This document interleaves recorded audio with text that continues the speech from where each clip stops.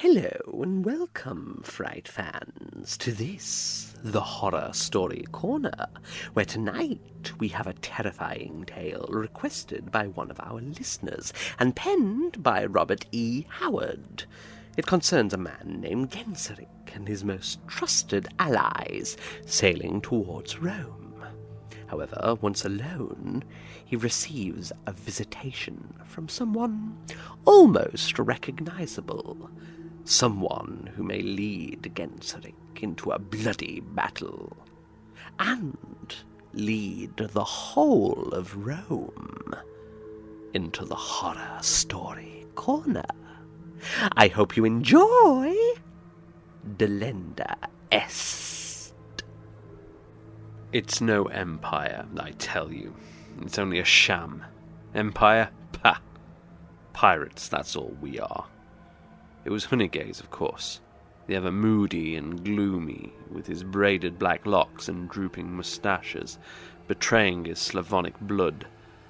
He sighed gustily, and the Falernian wine slopped over the rim of the jade goblet clenched in his brawny hand to stain his purple gilt-embroidered tunic. He drank noisily, after the manner of a horse, and returned with melancholy gusto to his original complaint. What have we done in Africa? Destroyed the big landholders and the priests? Set ourselves up as landlords? Who works the land? Vandals? Not at all. The same men who worked it under the Romans. We've merely stepped into Roman shoes. We levy taxes and rents and are forced to defend the land from the accursed Berbers. Our weakness is in our numbers. We can't amalgamate with the people. We'd be absorbed. We can't make allies and subjects out of them. All we can do is maintain a sort of military prestige. We are a small body of aliens sitting in castles and, for the present, enforcing our rule over a big native population who, it's true, hates us no worse than they hated the Romans. But some of that hate could be done away with, interrupted Atulf. He was younger than Honeygaze, clean-shaven, and not unhandsome. His manners were less primitive. He was a Suevi, whose youth had been spent as a hostage in the East Roman court. They are orthodox. If we could bring ourselves to renounce Arianism, no! Honeygaze's heavy jaws came together with a snap that would have splintered lesser teeth than his. His dark eyes flamed with the fanaticism that was, among all the Teutons, the exclusive possession of his race. Never! We are the masters. It is theirs to submit, not ours. We know the truth of Arian. If the miserable Africans cannot realize their mistake, they must be made to see it, by torch and sword and rack if necessary. Then his eyes dulled again, and with another gusty sigh from the depths of his belly, he groped for the wine-jug. In 100 years the Vandal kingdom will be a memory, he predicted. Will that holds it together now is Genseric. He pronounced it Genseric. The individual so named laughed, leaned back in his carven ebony chair and stretched out his muscular legs before him. Those were the legs of a horseman, but their owner had exchanged the saddle for the deck of a war galley. Within a generation he had turned a race of horsemen into a race of sea rovers. He was the king of a race whose name had already become a term for destruction, and he was the possessor of the finest brain in the known world. Born on the banks of the Danube and grown to manhood on that long trek westward, when the drifts of the nations crushed over the Roman palisades, he had brought to the crown forged for him in Spain all the wild wisdom the times could teach, in the feasting of swords and the surge and the crush of races. His wild riders had swept the spears of the Roman rulers of Spain into oblivion. when the Visigoths and the Romans joined hands and began to look southward. It was the intrigues of Genseric which brought Attila's scarred Huns swarming westward, tusking the flaming horizons with their myriad lancers. Attila was dead now, and none knew where lay his bones and his treasures, guarded by the ghosts of 500 slaughtered slaves. His name thundered around the world, but in his day he had been but one of the pawns moved resistlessly by the hand of the Vandal king. And when, after Chalons, the Gothic hosts moved down through the Pyrenees, Genseric had not waited to be crushed by superior numbers. Men still cursed the name of Boniface, who called on Genseric to aid him against his rival, Aetius, and open the Vandals' road to Africa. His reconciliation with Rome had been too late, vain as the courage with which he had sought to undo what he had done. Boniface died on a Vandal spear, and a new Kingdower arose in the south. And now Aetius too was dead, and the great war galleys of the Vandals were moving northward, the long oars dipping and flashing silver in the starlight, the great vessels heeling and rocking to the lift of the waves. And in the cabin of the foremost galley, Genseric listened to the conversation of his captains and smiled gently as he combed his unruly yellow beard with his muscular fingers. There was, in his veins, no trace of the Scythic blood which set his race somewhat aside from the other Teutons, from the long ago when scattered steppes riders, drifting westward before the conquering Samaritans, had come among the people dwelling on the upper reaches of the Elbe. Genseric was pure German, of medium height, with a magnificent sweep of shoulders and chest, and a massive corded neck. His frame promised as much of physical vitality as his wide blue eyes reflected mental vigour. He was the strongest man in the known world, and he was a pirate, the first of the Teutonic sea riders, whom men later called Vikings. But his domain of conquest was not the Baltic nor the blue North Sea, but the sunlit shores of the Mediterranean. "Ha ha! And the will of Genseric," he laughed, in reply to Hunnigae's last remark, "is that we drink and feast and let tomorrow take care of itself." "So you say," snorted Hunnigae, with the freedom that still existed among the barbarians. "When did you ever let a tomorrow take care of itself? You plot and plot, not for tomorrow alone, but for 1,000 tomorrows to come. You need not masquerade with us. We are not Romans to be fooled into thinking you are a fool, as Boniface was." "Aetius was no fool," muttered Thrasimund. "But he's dead, and we are sailing on Rome," answered Hunnigae, with the first sign of satisfaction he had yet evinced. "Alaric didn't get all the loot, thank God, and I'm glad Attila lost his nerve at the last minute. The more plunder for us." "Attila remembered Chalons," drawled Athor. "There is something about Rome that lives. By the saints, it is strange. Even when the empire seems most ruined, torn, befouled, and tattered, some part of it springs into life again. Stilicho, Theodosius, Aetius, who can tell? Tonight in Rome there may be a man sleeping who will overthrow us all." Hunnigae snorted and hammered on the wine-stained board. "Rome is as dead as the white mare I rode at the taking of Carthage. We have but to stretch out our hands and grasp the plunder of her." "There was a great general once who thought as much," said Thrasimund drowsily. "A Carthaginian too, by God. I have forgotten his name, but he beat the Romans at every turn, cut, slash. That was his way." "Well," remarked Hunnigae, "he must have lost at last, or he would have destroyed Rome." "That's so," ejaculated Thrasimund. "We are not Carthaginians," laughed Genseric. "And who said aught of plundering Rome? Are we not merely sailing to the imperial city in answer to the appeal of the empress who is beset by jealous foes? And now, get out of here, all of you.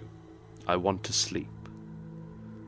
The cabin door slammed on the morose predictions of Honeygaze, the witty retorts of Athol, the mumble of the others.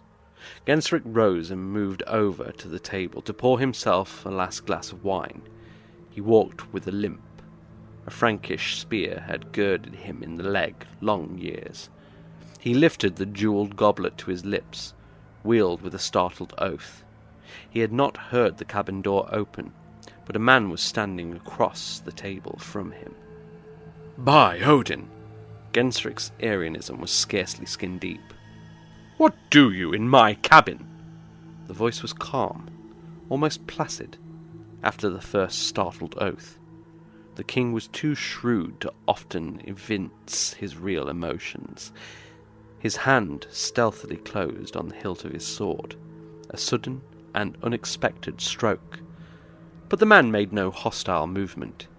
He was a stranger to Genseric, and the Vandal knew he was neither Teuton nor Roman. He was tall, dark, with a stately head, his flowing locks confined by a dark crimson band. A curling, patriarchal beard swept his breast. A dim, misplaced familiarity twitched at the Vandal's mind as he looked. "I have not come to harm you." The voice was deep, strong, and resonant. Genseric could tell little of his attire, since he was masked in a wide dark cloak.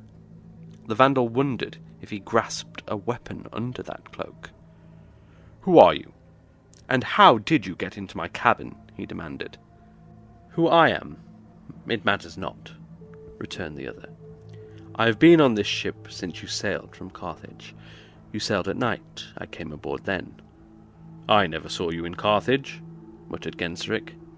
"And you are a man who would stand out in a crowd." "I dwell in Carthage," the stranger replied. "I have dwelt there for many years. I was born there, and my forefathers before me. Carthage is my life." The last sentence was uttered in a voice so passionate and fierce that Genseric involuntarily stepped back, his eyes narrowing. "The folk of the city have some cause of complaint against us," said he. "But the looting and destruction was not by my orders. Even then it was my intention to make Carthage my capital. If you suffered loss by the sack, why, not from your wolves," grimly answered the other. "Sack of the city? I have seen such a sack as not even you, barbarian, have dreamed of. They call you barbaric. I have seen what civilized Romans can do." "Romans have not plundered Carthage in my memory," muttered Genseric, frowning in some perplexity. "Poetic justice!" cried the stranger, his hand emerging from his cloak to strike down on the table. Genseric noticed that the hand was muscular yet white, the hand of an aristocrat. "Roman greed and treachery destroyed Carthage. Trade rebuilt her in another guise. Now you, barbarian, sail from her harbours to humble her conqueror.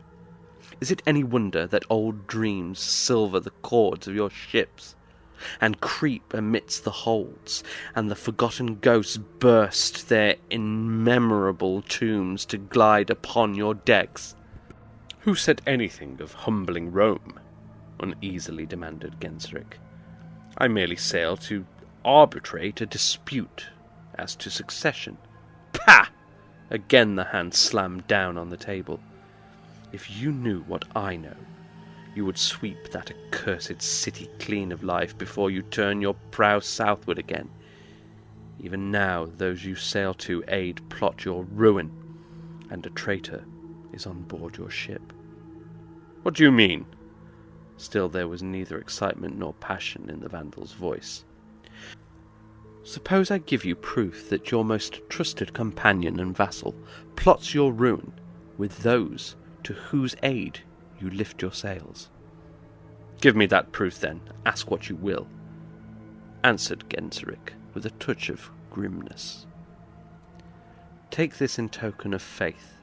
The stranger rang a coin on the table, and caught up a silken girdle which Genseric himself had carelessly thrown down. "Follow me to the cabin of your counsellor and scribe, the handsomest man among the barbarians." "Attal?" In spite of himself, Genseric started. "I trust him beyond all others." "Then you are not as wise as I deemed you," grimly answered the other. "The traitor within is to be feared more than the foe without. It was not the legions of Rome which conquered me. It was the traitors within my gates. Not alone in swords and ships does Rome deal, but with the souls of men. I have come from a far land to save your empire and your life.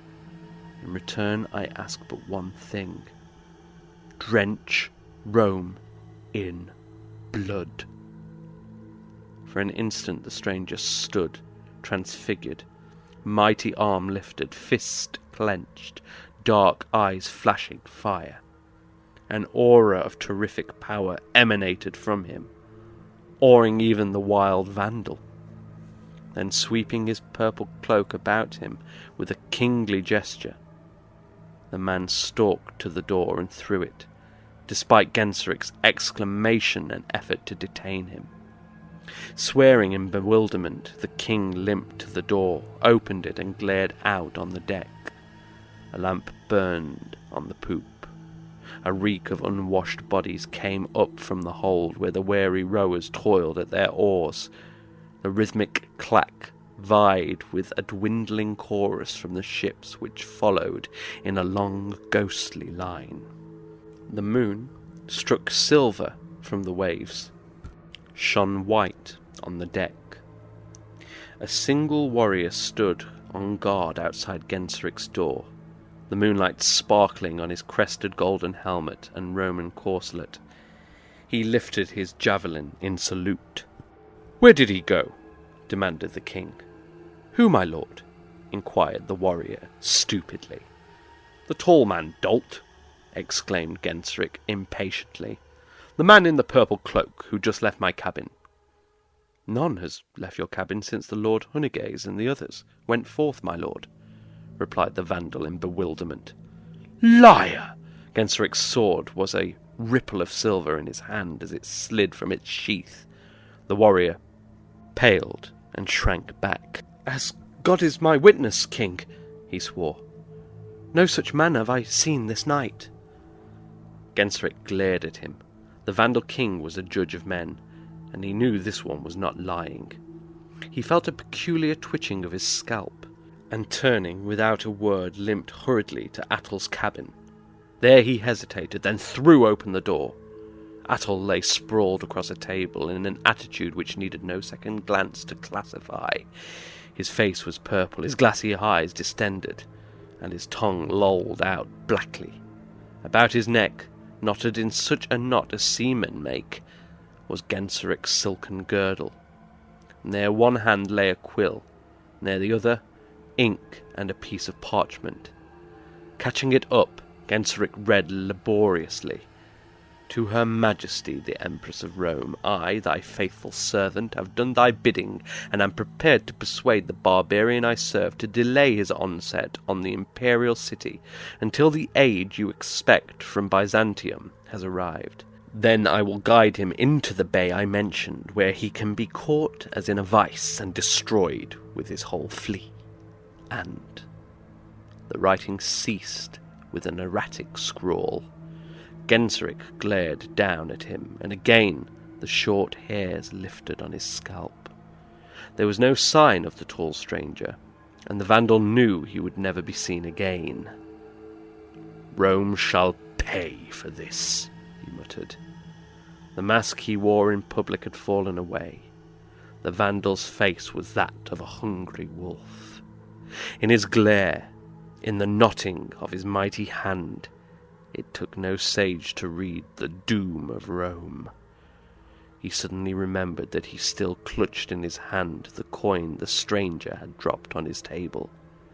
He glanced at it, and his breath hissed between his teeth as he recognized the characters of an old forgotten language, the features of a man which he had often seen carved in ancient marble in old Carthage, preserved from Roman hate. "Hannibal," muttered Genseric. Well, looks like Genseric's visitation was one of an angry spirit, and something of that anger seems to have seeped into the soul of Genseric. What happens next? I'll let you ponder on that. But the results may be entirely human in their nature, and atrocities that exist outside of the Horror Story Corner. Thank you for listening, and as ever, sleep well.